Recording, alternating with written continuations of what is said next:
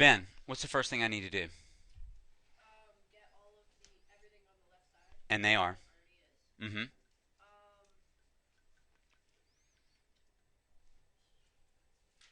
can you use the quadratic equation? David, You take stuff out. I take stuff out, right? That's what we did in the last section.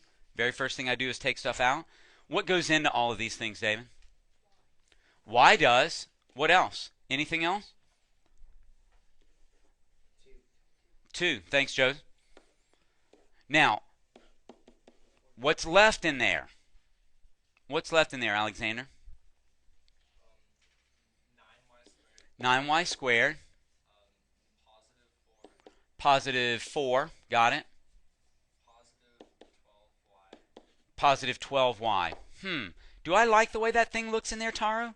What's wrong? You want to put the 12y before the 4. Thank you, Taro. Exactly. We need to put these things in the right order. It matters. We've been saying that for many years now. And now we know why, because this helps us figure out what A, B, and C is equal to. Okay? Now, if I want to keep factoring here, what should I do? I've pulled out. Arjun, what do you think I ought to do?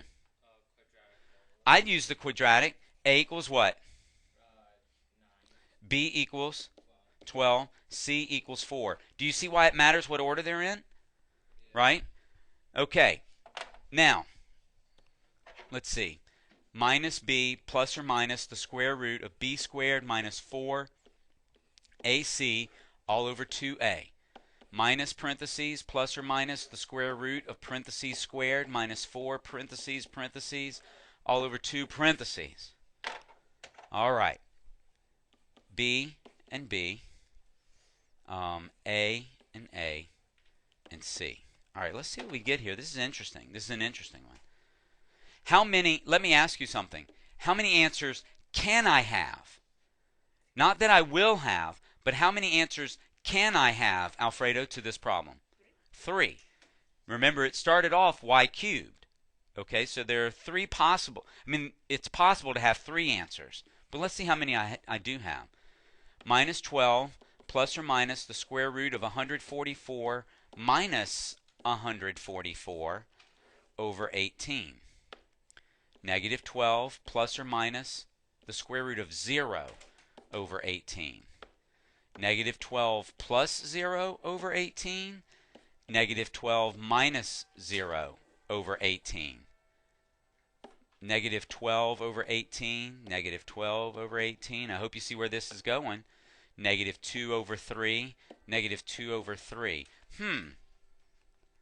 That's the same solution. I don't need to state it twice. Right? I'm just going to mark one of them out. So x equals what, Joseph? Okay, now wait a minute. Wait a minute. For this thing, x equals negative 2 over 3, but that's not the only part that we have up there. That gave us the solution to this thing. That's what would make it equal 0.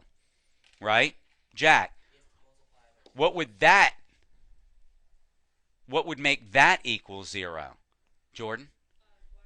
If y equals 0. 2 solutions. There were 2 things being multiplied. This times this. This would be 0 if y equals 0, because 2 times 0 is 0. And this equals 0 when x equals negative 2/3. All right? That's it. We've been learning all this factoring in the quadratic formula so we can solve these things. All right? Okay.